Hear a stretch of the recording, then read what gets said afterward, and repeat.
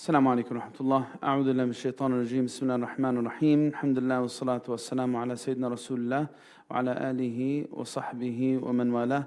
We ask Allah Azza wa Jal to bless this hour we have from now until Salat al-Isha, and to make it a time spent in the remembrance of Allah Azza wa Jal, and to make it seeking ilm nafi' and amal salih, beneficial knowledge and righteous deeds. May Allah subhanahu wa ta'ala always fill our hearts with His remembrance and make this space a space of seeking knowledge and understanding, and a space of amal and activism and vibrance. Allahumma ameen, Allahumma ameen. اللهم ربنا إننا نسألك أن تبارك لنا في أمور المعاش والمعاد، وأن تيسر لنا أمورنا. اللهم يسر لنا أمورنا وأصلح أحوالنا، واختم بالبقيات الصالحات أعمالنا. اللهم بارك لنا في أعمالنا وأعمالنا وأرزاقنا وأهلنا وذوينا وأحبابنا، واجعل لنا من كل ضيق مخرجا ومن كل هم فرجا، واجعل لنا من بعد العسر يسرا. اللهم اقضي حوائجنا، اللهم اقضي حوائجنا، اللهم اقضي حوائجنا. اللهم اجعلنا من أهل الإجابة والاستجابة. اللهم أصلح لنا سائر أمورنا، اللهم أصلح لنا سائر أمورنا. اللهم أصلح ظواهرنا وبواطننا، اللهم أصلح ظواهرنا وبواطننا. اللهم يا ربنا إنا نسألك النصر والفرج القريب لإخواننا المستضعفين في كل مكان. فك الكرب عن إخواننا المستضعفين في غزة وفي فلسطين، انصرهم نصرا عزيزا مؤزرا. اللهم انصرهم على عدوك وعدوهم، اللهم انصرهم على عدوك وعدوهم. اللهم امددهم بمددك وانصرهم بجند من جندك، اللهم انصرهم بجند من جندك. اللهم اربط على قلوبهم، اللهم اربط على قلوبهم. اللهم أصلح أحوال المسلمين والمسلمات في كل مكان. أبرم لأمة محمد صلى الله عليه وسلم إبرام رشد يعز فيه أهل طاعتك. اللهم ربنا اختم لنا بخير أجمعين، والحقنا بالصالحين، واجعلنا من ورثة جناتك جنات النعيم يا أرحم الراحمين. آمين آمين. وآخر دعوانا الحمد لله رب العالمين. Jazakumullah khair for attending. Inshallah, before we get started with anything, I'm going to pass it to Akhi Ibrahim to share some announcements, and then we'll get started. Bidnillah. Assalamu alaikum wa rahmatullahi wa barakatuh. Barakallah feek, Shaykhna. Barakallah feekum for joining us. Of course, a couple of housekeeping items. As always, we have the Slido. We don't have the screen up, but the Slido is going to be on the Friday forum chat. You can find that on the link tree on Instagram if you're not on the chat, or any of your friends here can add you to it, or just share the QR code. So if you are on the chat, you know someone who's not, just share the QR code with them, or the link. You can put your questions on there, or if you see something, today's an AMA, and ask me anything. If you have any questions, of course, keep it clean, keep it respectable of the space of the house of Allah subhanahu wa ta'ala. But any questions are open, and we'll do an AMA. If you don't have a question, but you see a question you like, you can heart it, you can thumbs up, it'll go up to the top, and we'll take those questions as they come. In addition to that, we have a few announcements, a lot of upcoming events, and now we're restarting our courses after Ramadan. The first event we have is our third annual ICPC 5K. That'll be May 12th, Sunday, May 12th at 8 a.m. That'll be in Brookdale Park. All of these announcements, by the way, are on the weekly emails. They can be found on Instagram, on Facebook, on the link tree, on the WhatsApp chat. They do a good job of keeping us updated on these things. If you're not already in the WhatsApp community, you can be added to that. I think there's QR codes all over the masjid, so that'll direct you easily to that WhatsApp community. On the community, you'll find sub-chats and sub-coms for whatever you're interested in. It's a lot, so you can look through it on your own time, inshallah. The courses that we have with Shaykh Osamah here at ICPC-Clifton, starting May 5th on Sundays. May 5th, I believe that's this Sunday, right, Shaykhna? Starting this Sunday at 7 p.m., we'll have Decoding Revelation, the thematic analysis of the Quranic chapters. So that'll start this Sunday at 7 p.m. And then starting this Tuesday at 8:30, we'll be discussing with Shaykh Osamah commentary on Imam Nawawi's Riyadh al-Salihin. So Gardens of the Righteous. We'll be going through that book and through the commentary with Shaykh Osamah. So bring your notepads, bring your iPads, and take notes as students of knowledge. And then for our course, continuing our courses with people that are new to the deen or newly practicing, we have Faith Foundations, a 6-part series for converts or reverts, or anyone who's new and practicing. That'll be on Wednesdays. So we have courses on Sundays, Tuesdays, Wednesdays, and we have Friday Forum, of course. Alhamdulillah, a lot of events here at ICPC-Clifton. If one is more interesting to you than the other, prioritize that. There's no problem. Don't feel a pressure to come to all of these things and burn out. So if you find something that you lean towards, or you want to try it all out and see what's most interesting to you, absolutely. Or you have friends who may be more interested in one over another, please let them know and share that with them. We also have our brothers' halaqah that are on Sundays at 8 p.m.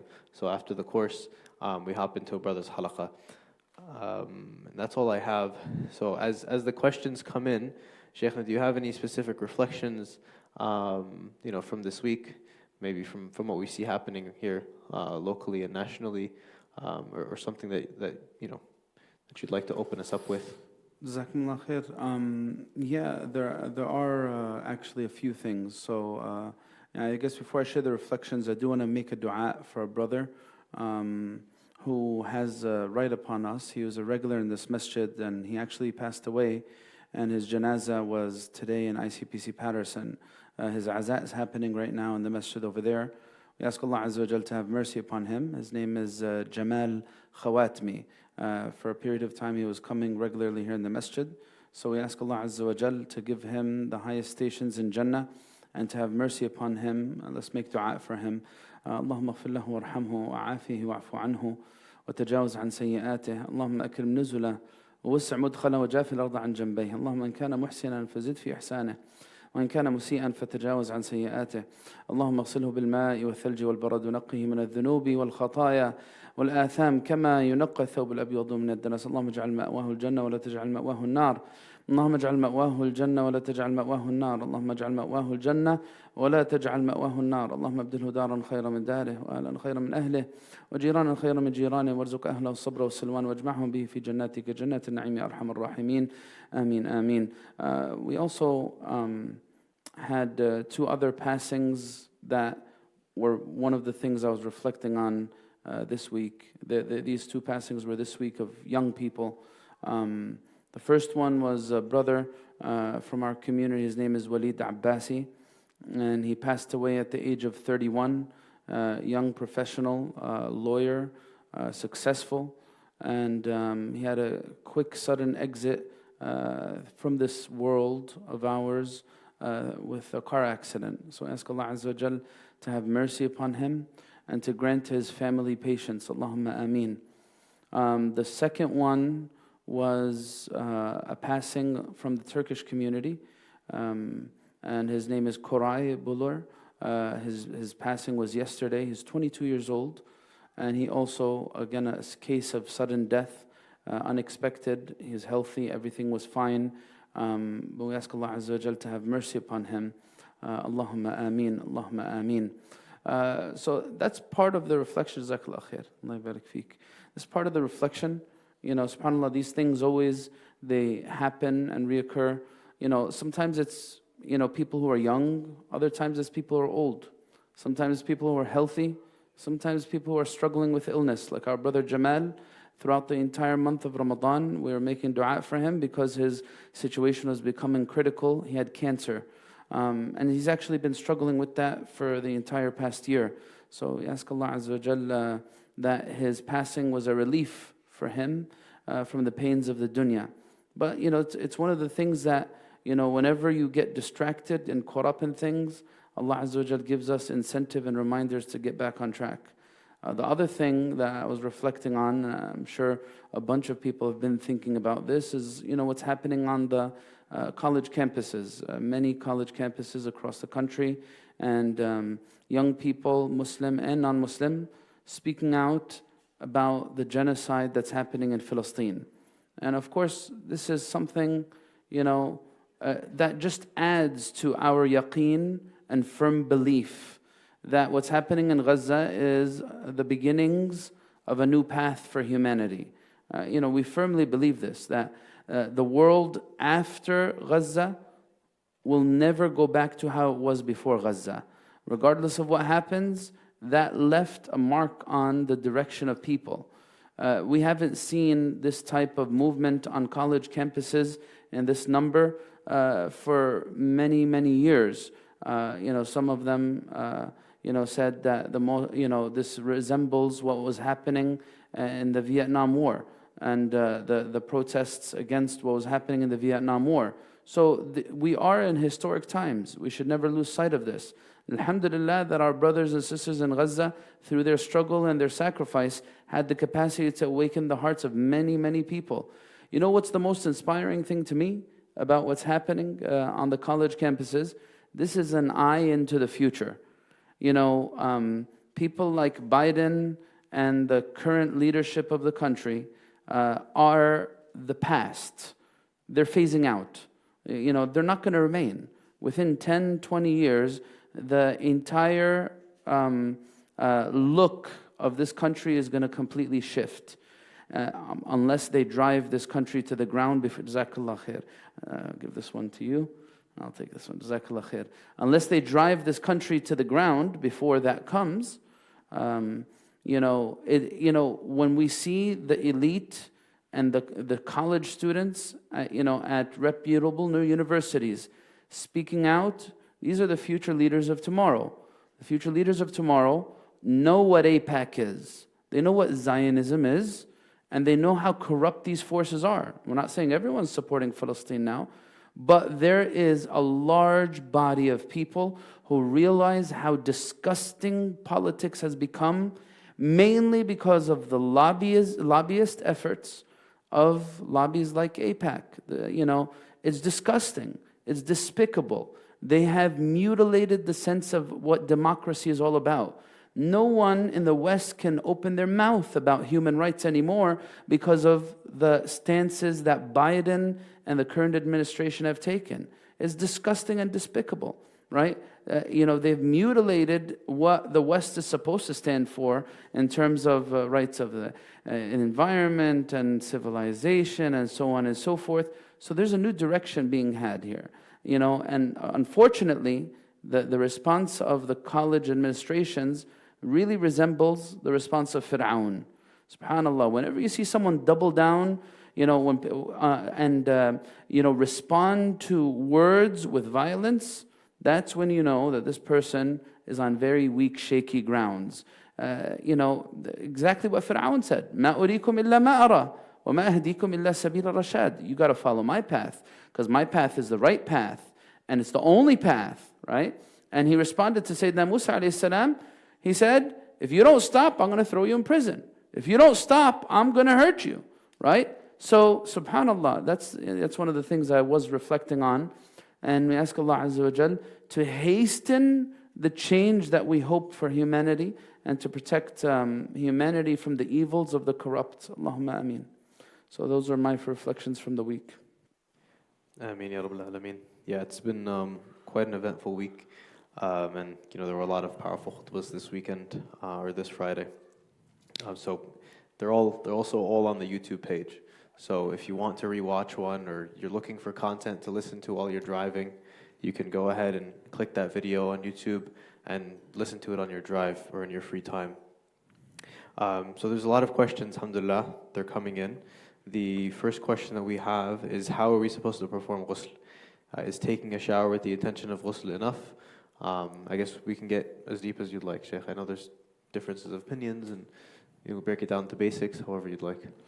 طيب, Bismillah. So the first question is a fiqh question, and it's an important question. You know, and this question, you know, I would like to add and address that. You know, each and every one of us needs to invest time into learning the furud ayn, those things that are expected of me as a Muslim. You know, individually, everyone needs to know it, everyone needs to do it. These are critical things to learn, along with all the bigger, lofty other things I want to reflect on and change about myself and society. I need to learn those basic things in my worship to Allah Azza wa Jal. How to perform ghusl? Well, it's actually far easier than many other ibadat that have many steps to them. Ghusl is very simple. Of course, there's a baseline of what is wajib and required, and then there are many sunan that we can add to it. The baseline of what is required is to have the intention and to fully wash your entire body. Right now, have the intention. This is what distinguishes ghusl from a typical shower. You know, because ghusl is meant to be a special ritual bath. It's done because of certain things. It's not just a shower you're taking just to be clean. In that, it's an act of worship, right? So what are the triggers of ghusl? There are many. When you talk about nocturnal emission, or the monthly cycle for a woman, or intimacy between a husband and wife, or other causes for ghusl, or recommended ghusls like the ghusl every Friday, right? So, but what's different between a shower and ghusl? The ghusl has an intention. But basically, I need to wash every part of my body. If I want to know what the sunan of ghusl are, well, you need to take a fiqh class about that. There's a lot, but primarily it's performing wudu in your ghusl, right? Starting with your head, and then washing the right side of your body front and back, and then the left side of your body front and back, and leaving your feet to the very end. Ghusl has wudu in it, right? So that's a brief and summarized answer for what ghusl is about. Yeah. Someone has their hand up. Is it a question about ghusl? Go ahead.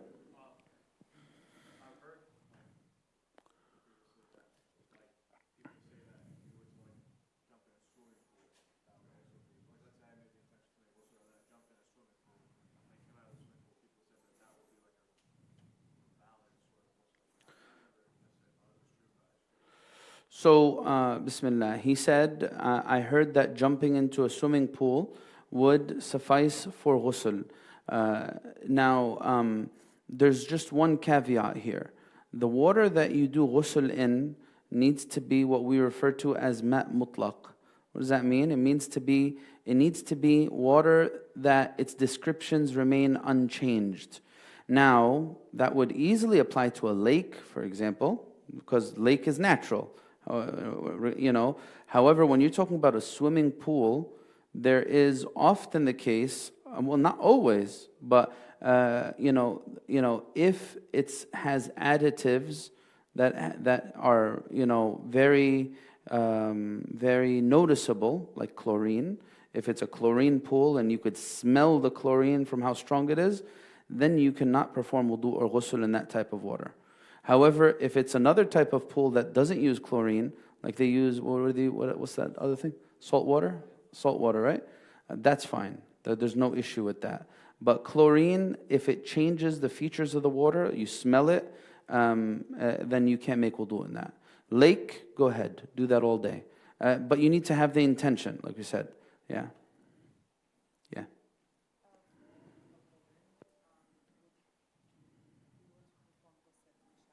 Mm-hmm.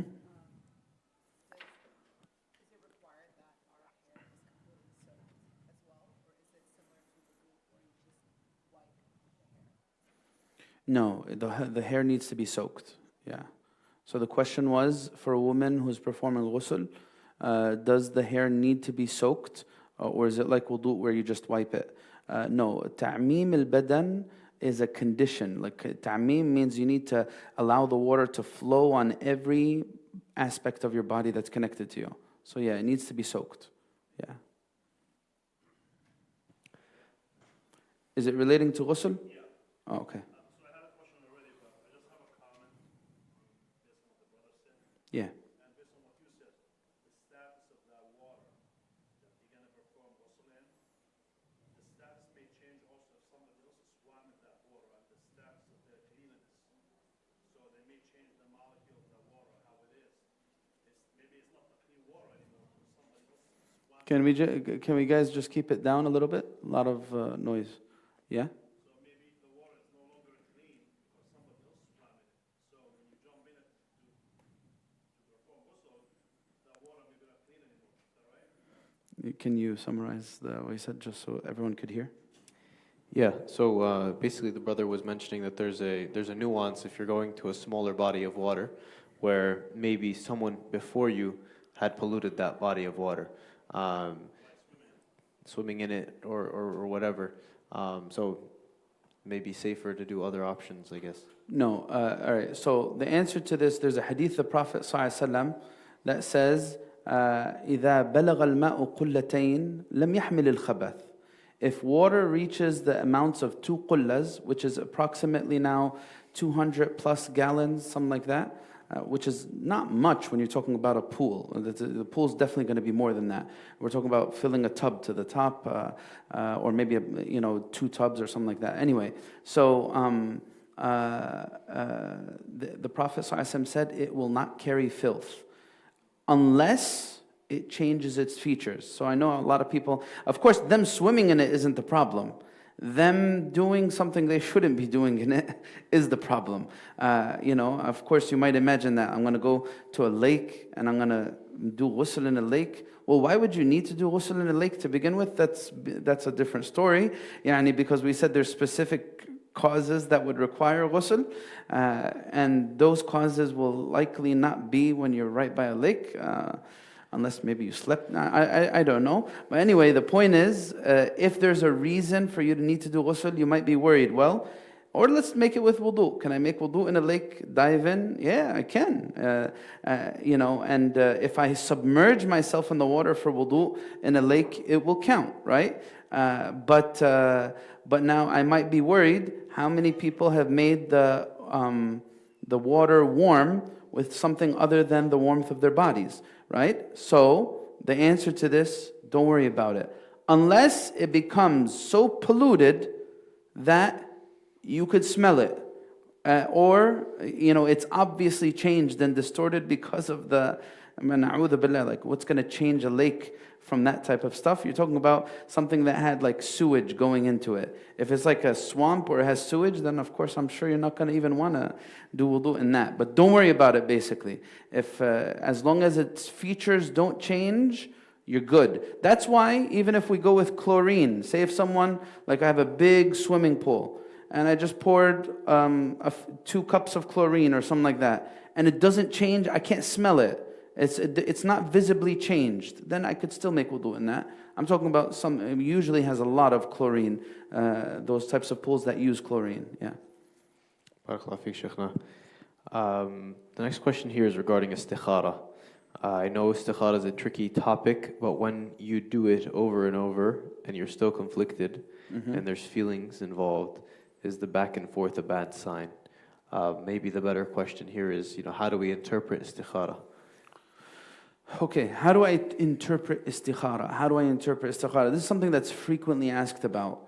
In interpreting istikhara, we don't have revelation, right? None of us get revelation. I don't have clear-cut answers, right? There's 2 things I have. I have istikhara and I have istishara.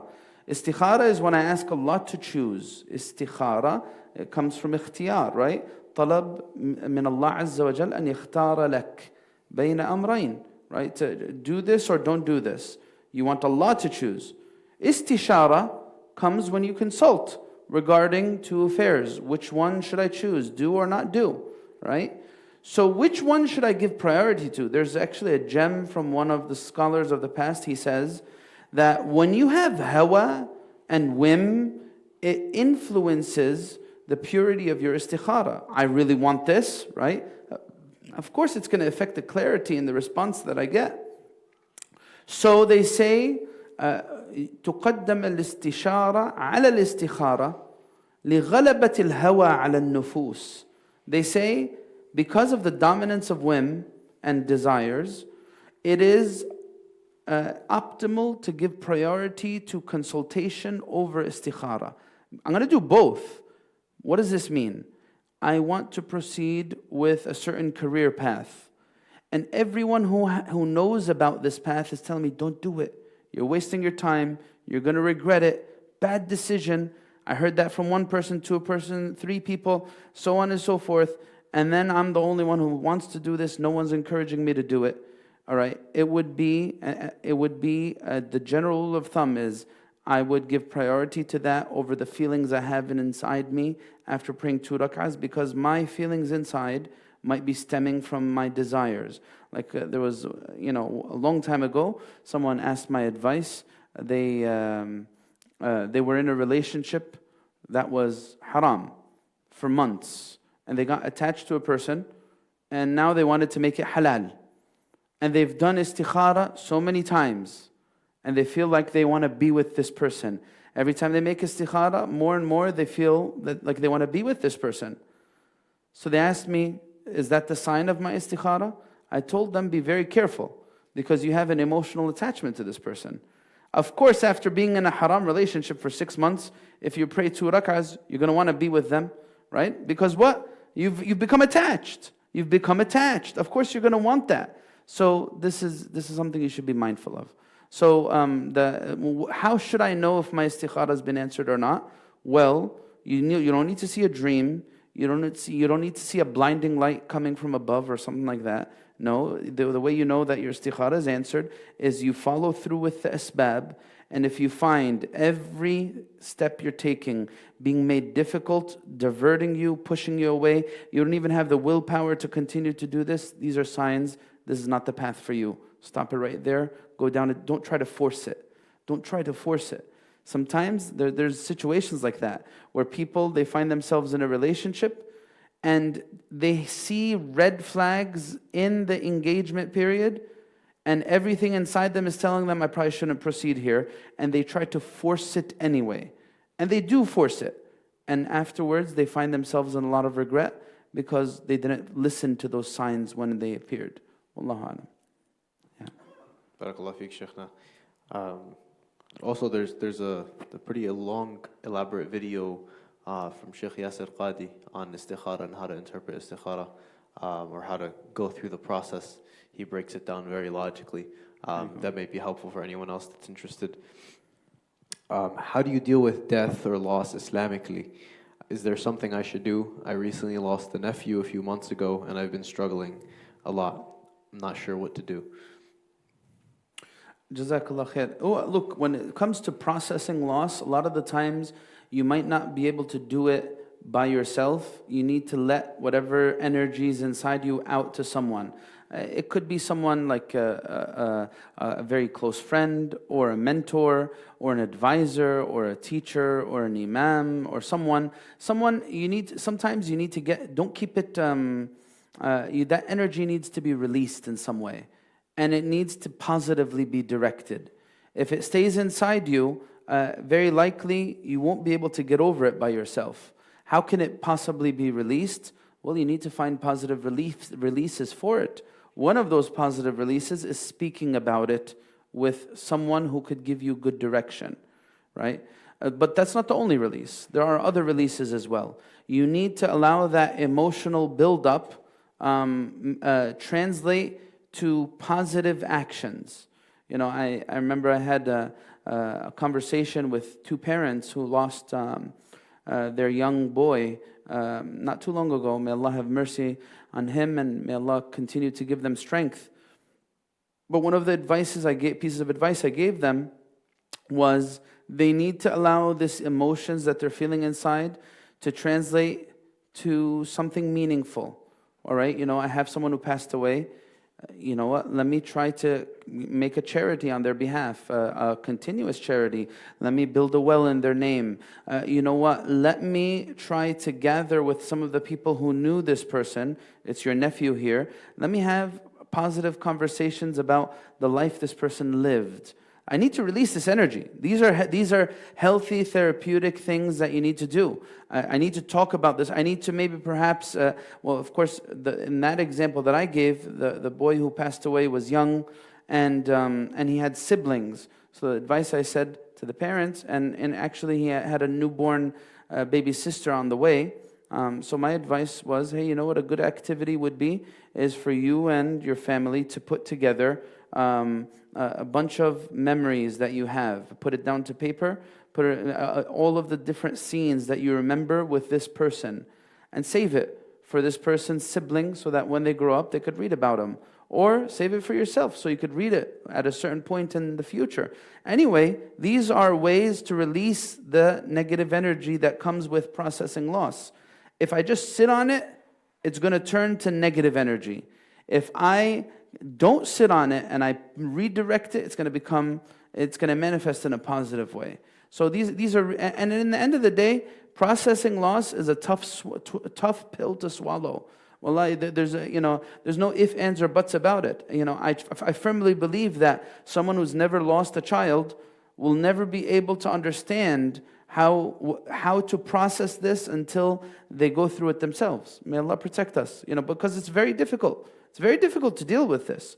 So life has certain tough pills to swallow that we're going to just have to push through. A lot of the answers to things in my life is, I just need to push through and persevere. Get through the initial difficult, phases of it, and it'll become easier. The more time you put between you and the tragedy, the more you'll find that you'll begin to recover, right? But again, with doing those positive things that I'm saying, it's not just about putting distance between you and the event. It's about also making positive strides ahead. Because you don't want to stay living in the past. Sometimes people stay living in the past. They never could break out of it. A year, 2, 3, 4, 5 years pass, and they're still living in the situation that happened. And may Allah help everyone who's going through some type of tragedy or difficulty. Allahumma ameen. Ameen. The next question here is a marriage question. Only took us a few to get there. Is a woman allowed to speak to a man on the phone with her family's permission and go out in public without a third party? So I guess what is the recommended dynamic and interactions between two people getting to know each other? Bismillah. So the answer to this question depends on the phase you're talking about. There's a big, it depends on what you're talking about. That we have different phases. We have pre-engagement, aslan. There's no official agreement to anything. It's just conversation right now. Then we have khutuba, engagement. Then we have third stage, katb kitab, after writing the Islamic marriage contract. These are 3 different stages. Each of them have different rules. The first 2 stages, you're still strangers. You and the other person, you're strangers. You need to be very mindful not to jump the gun and go ahead before the appropriate time comes. You don't want to allow attachments to build too soon, right? And you don't want to put yourself in any shubha. I get this question a lot. People who are in pre-engagement or still engaged. And when I ask sometimes, how frequently do you talk? They say every day, or there's no limit. Every day, maybe multiple times a day, whatever. We're just going back and forth. And my answer to this is, I don't know how you could keep an interaction halal if you're communicating daily for months and you're not even engaged yet. It's a horrible decision to make. Many people find themselves that they do this and it ends up leading to problems. Whether they continue or not, it leads to problems. Either between them and the other party or them and their own emotions. Because what? If you're talking every day, it's going to become part of your daily routine. If it becomes part of your daily routine, you're going to get attached to it. If you get attached to it, when you lose it, it's going to cause a big void inside you. Why set up yourself for that? Especially if you don't know. It's an awful thing to do. Sometimes there's a lot of immaturity that happens in this.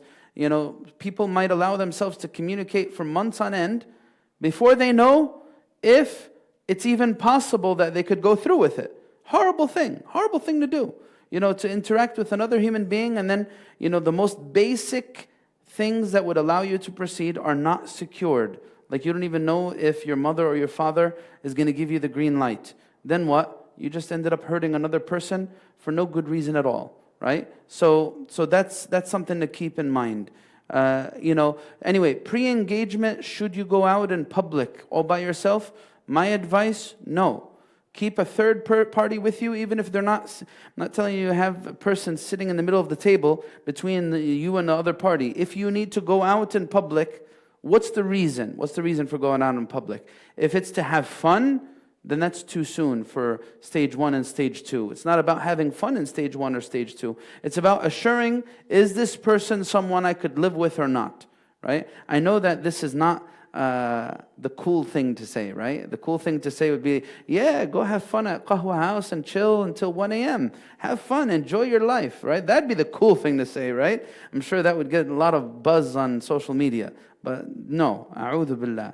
Before it's time, be very careful and mindful. because you don't want to hurt yourself and set yourself up for failure. Stage 1 and stage 2 is purely a serious interaction. I'm not telling you you have to have a straight face and you can't even smile. I didn't say that. But leave it as serious as possible. Because, if it's not meant to work out, well, why would I want to waste my time and energy and emotion in something that doesn't end up working out? So anyway, that's my advice. Going out in public, take a third person with you. If you need to go out in public, because مثلا your homes are not suitable or ready for that type of interaction, take a third person with you and keep them at a close distance so that it maintains some level of seriousness. That the other side, say if you're a sister, have someone sitting not too far away on a table or two down, so that the brother knows, hey, guess what? She has someone with her. It's a serious interaction. Because I'll tell you, not everyone you're going to meet in this process of trying to get married is a respectable person, right? Or you know what? They might be quote-unquote respectable, but the nafs gets the better of them. The more you're alone, the more you're going to end up doing something wrong. And you know what? If you're alone in a restaurant or a public place and you have everyone around you that's not Muslim and they don't subscribe to your values, you're just as good as being isolated. No one's going to sit and listen to your conversation, even if they're 6 or 7 feet away. Even if they listen to your conversation, it's not like they're going to intervene in any way, right? You might have a creep that sits 7 feet away and says, this is interesting, I want to hear what's happening over there, but they're not going to say anything to you. So you're just as good as isolated, right? So don't do that. Have a third person with you. Wallahu alam. There was someone who had their hand up.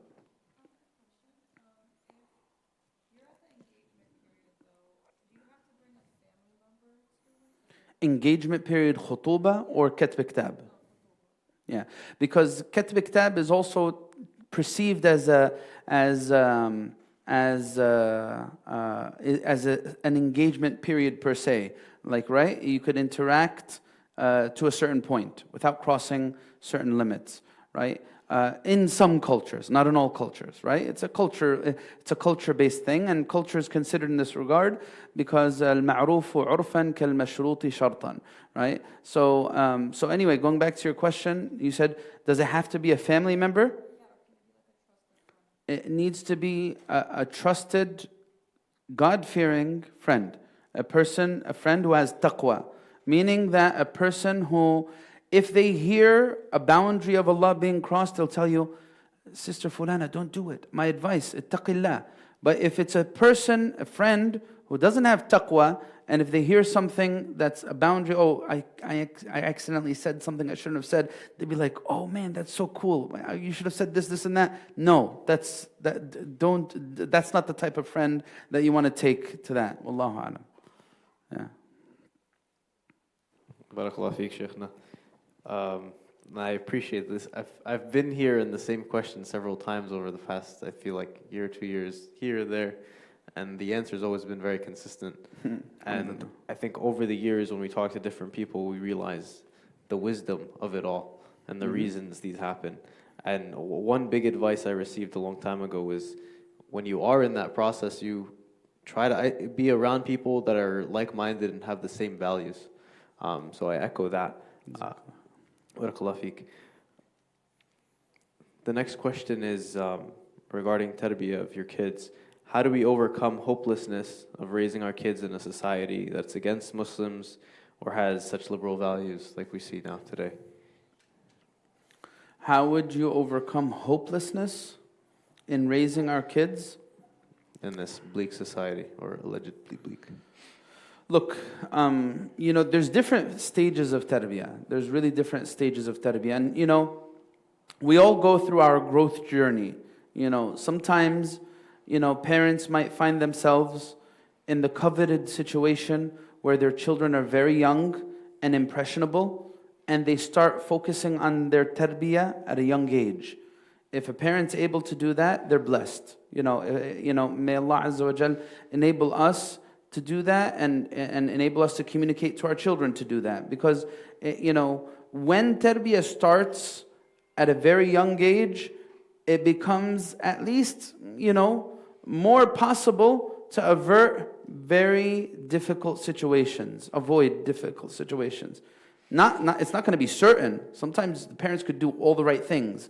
Start from, the moment the child's born, and then they find themselves, raising this child, and someone comes along and messes up everything that they built. That's possible. That's possible. The prophets themselves were challenged and tested with their children, But if I do my part and I start at a young age, at least I'll position myself to possibly succeed with my children more.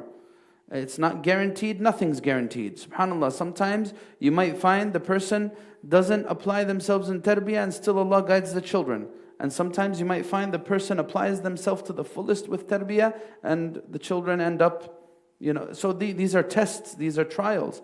So part of this process is realizing in alayka illa al-balagh. My role in this is conveyance. I need to be a good example.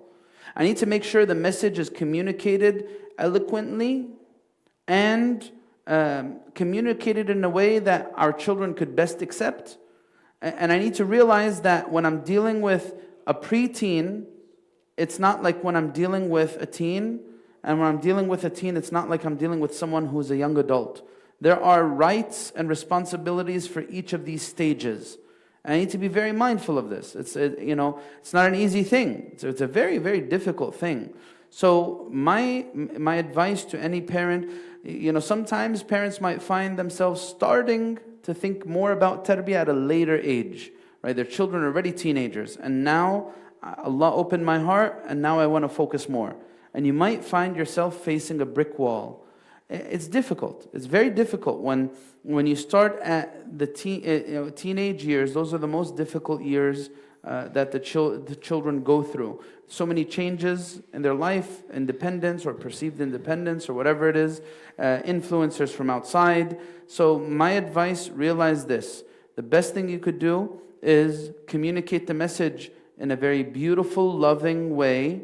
Be a good companion and apply what you are communicating to them to yourself.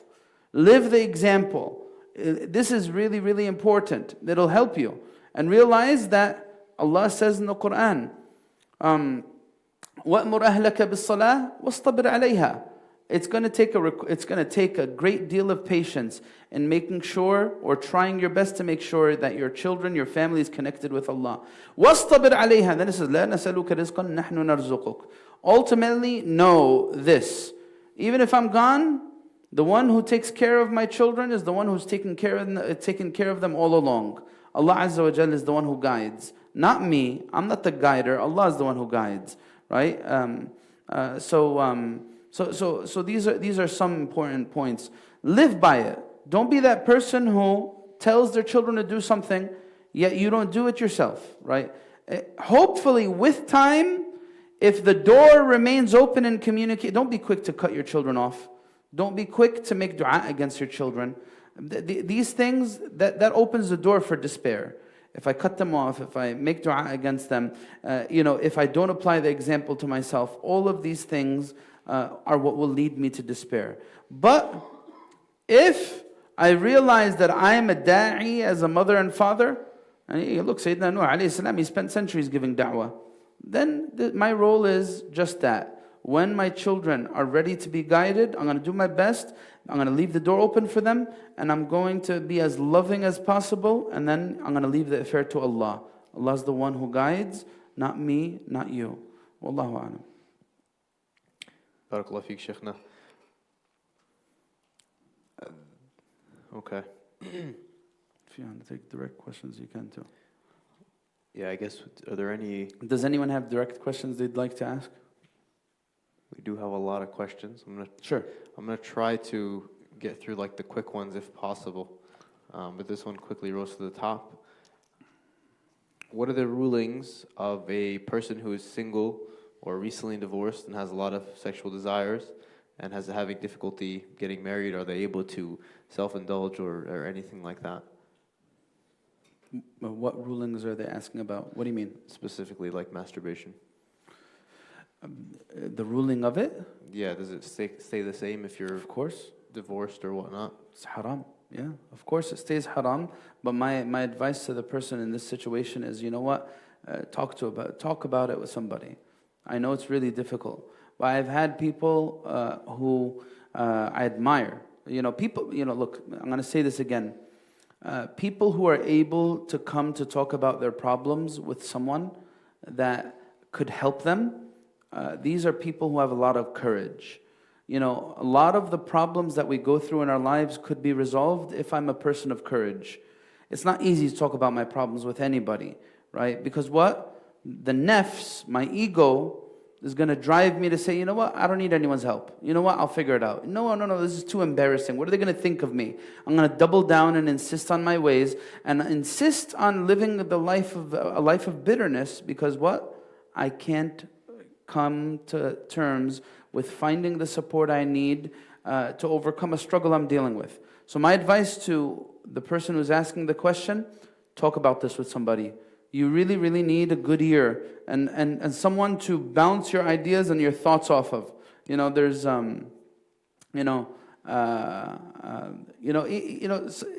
talk about it with an imam or a teacher or a mentor or even a trusted friend. Subhanallah, there's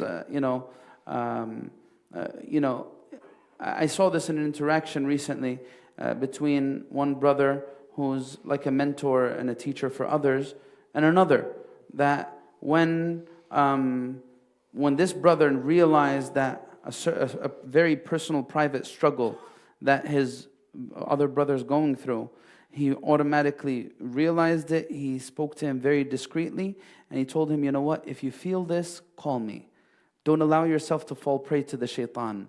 We need more situations like that. Because a lot of people are dealing with this stuff, whether you're talking about masturbation, pornography, or other sexual addictions. These things devastate life. They ruin people. And one of the biggest things that allows these addictions to fester is isolation, right? Don't isolate. If you're dealing with something like that, go to a big brother, a mentor, an advisor, and don't, because by yourself you're weak. The shaitan knows the patterns, right? He knows the ups and downs, and he knows when to hit you hardest. The shaitan knows when to hit you hardest. So don't fall prey to that, right?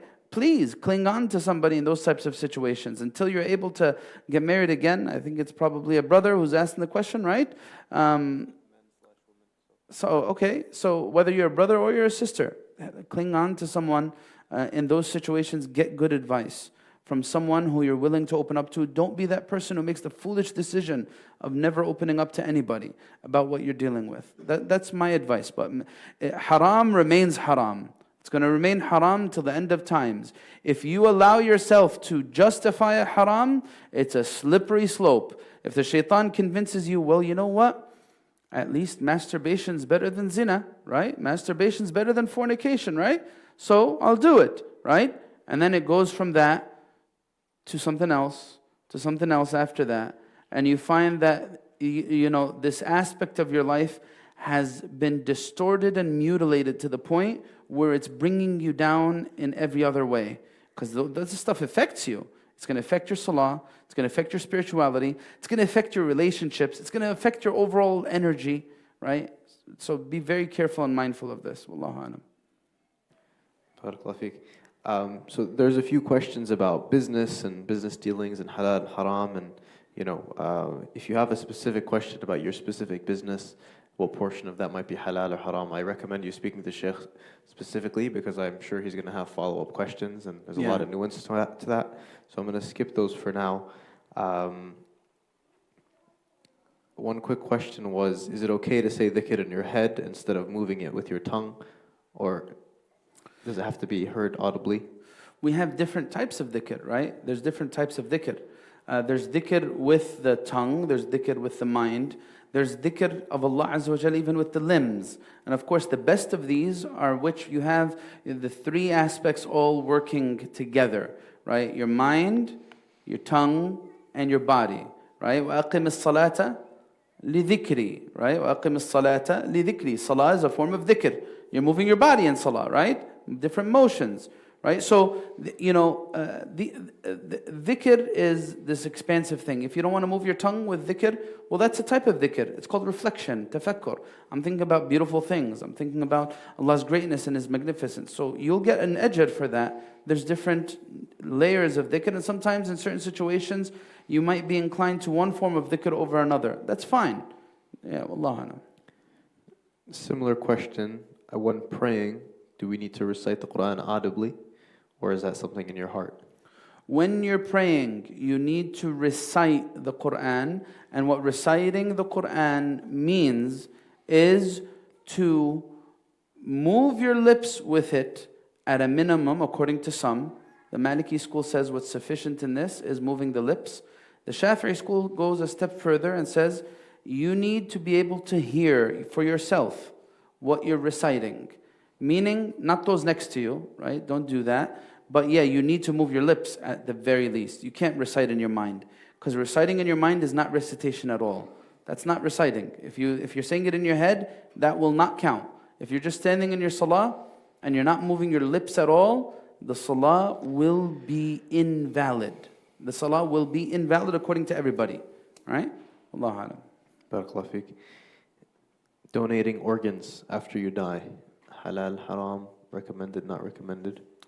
Yeah, organ donating after you die is something that has certain conditions to it, but is allowable. It is allowable to donate or to be an organ donor after you die.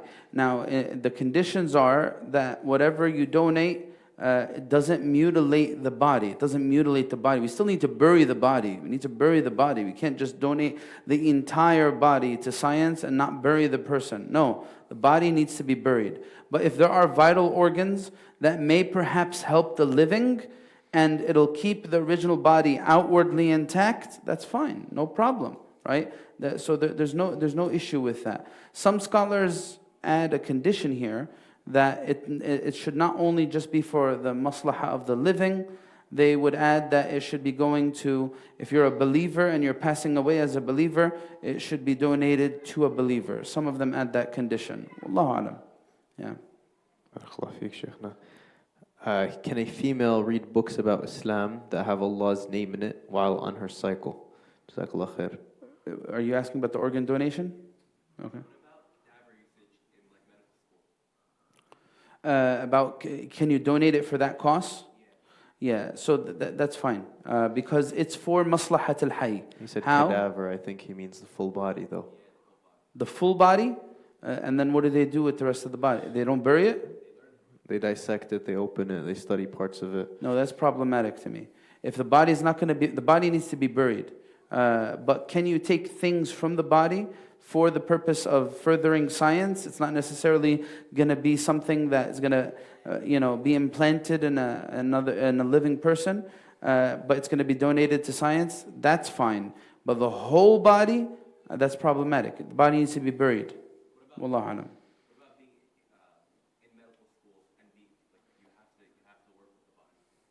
That's fine. That doesn't affect you. You're not donating your body.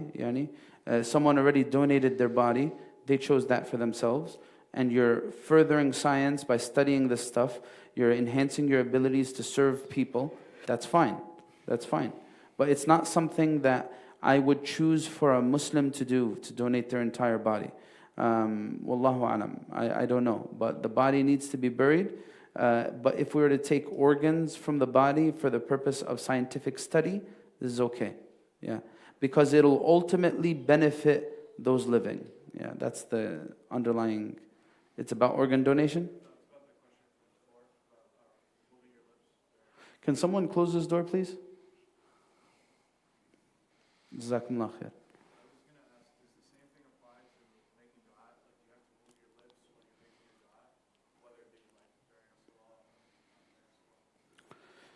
So the reason why moving your lips in recitation is critical is because Fatiha is from the pillars of Salah. It's what, meaning that your Salah will not be valid without that. As for doing dua, it's not going to affect the validity of your Salah, so it's of a lesser degree. If you move your lips with it, it's better. But Allah ultimately knows what's on your mind and what you're asking for and what your mind is moving with, even if you don't move your lips. But that's the difference between the two. So recitation is essential لصحة الصلاة. Yeah, for the validity of the salah. Allahu A'lam. There's a question there. Yeah, no problem. Go ahead.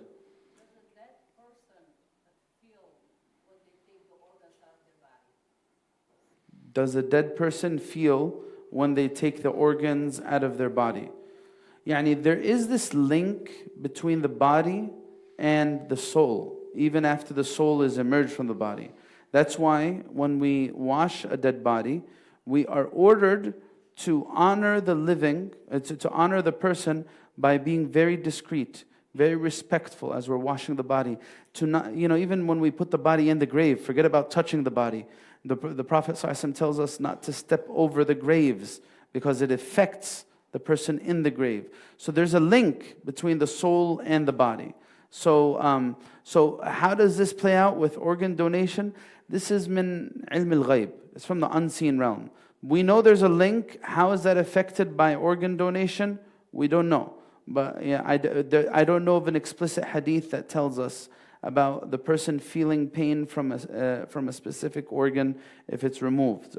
But there is this connection. How does that play out specifically? I don't know. But however, the reason why they have allowed it, you're talking about like someone, say for example, someone needs a heart transplant. You're talking about someone whose physical heart is done. Their physical heart, or meaning they can no longer utilize this physical heart because the rest of their body is failing. You're talking about saving a person's life, which is one of the biggest, sought things in the deen, to preserve life. It's one of the greater objectives of Islam. So that's why they said, if it is established that doing this will indeed save life, then if it's in line with the greater objectives of the deen, how can we say it's prohibited? But if someone doesn't want to do it because it's uncomfortable to them, because they don't know how it's going to play out in the unseen, there's nothing compelling a person. But if someone says, I really, really want to do this, I want to do a generous act after I die, that my heart goes to someone who will benefit from it, I can't tell them no, based on that explanation. Wallahu a'lam. Yeah. There's a sister in the back. Go ahead.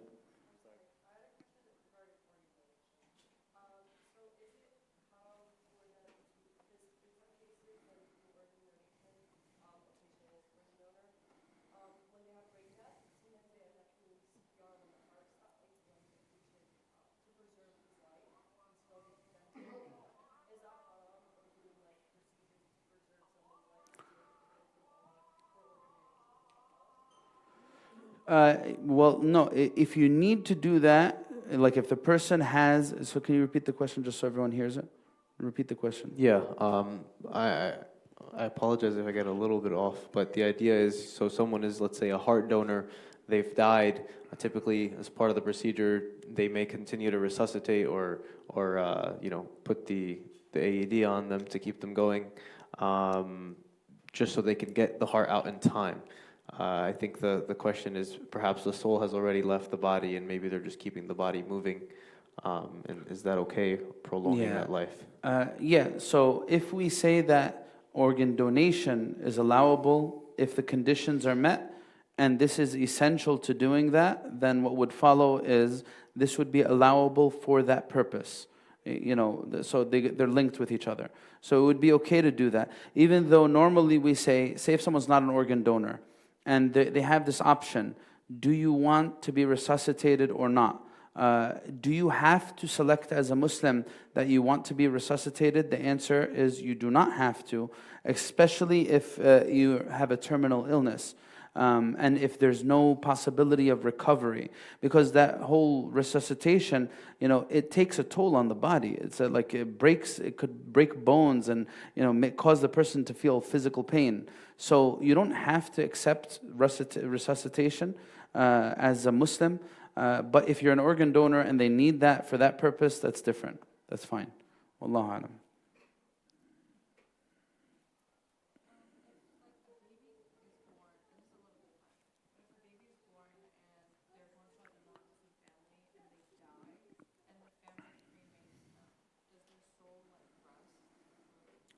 Can you repeat the question?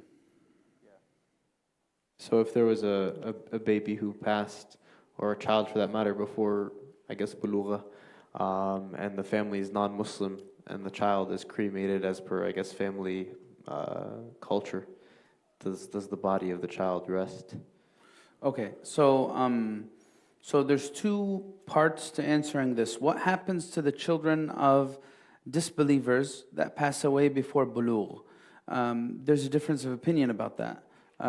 So there's some who say that they will be saved because they passed away before being held accountable. There are others who say they will be experiencing a special test in the akhirah to decide their ultimate fate, meaning that to decide their iman or their disbelief, they will be tested on the Day of Judgment, and their actions will ultimately decide where they end up. There's a difference of opinion about it. Anyway, if we go with the opinion that says they are saved, then what happens? Just the same thing that happens if someone's body is lost at sea, someone's body is in an airplane crash and there's no remains, or someone's body is completely mutilated due to other means, due to other reasons. Of course, we know the hadith of that person who when he was going to pass away, he told his children to burn his body to ashes and spread his body across the different areas to try to avoid accountability. And then Allah Azza wa Jal gathered this person's body back together and questioned, why did he do this? And the response was, out of fear of your punishment. And then the hadith tells us that Allah Azza wa Jal forgave this person because of his great reverence and fear of Allah Azza wa Jal. So no, yeah, of course, if the body is not intact, of course, still the person, will experience an afterlife. It's not about that. Wallahu alam. Yeah, it's just we can't dispose of bodies like that. Yeah. There's 3 minutes left. Okay, so I It's up think to you. I think we could stop here. Bidnillahi ta'ala, just to have time for adhan and then salah. So we'll stop here inshallah. Subhanakallahumma bihamdik. Nashhadu an la ilaha illa ant nastaghfiruka wa natubu ilayk. Again, just a reminder, anyone who hasn't registered, join us for the class on Sunday at 7 p.m. I think it's a very interesting subject. We're going to take surah by surah and we're going to study its themes and the content of the surah and try to walk away with the central messaging of each surah. We're going to start with Surah Al-Baqarah, bi'idhnillahi ta'ala. So join us at 7 and you want to say something? Yeah, all of our courses are going to be live on YouTube and Facebook. Jazakumullah khair. Assalamu alaikum wa rahmatullah.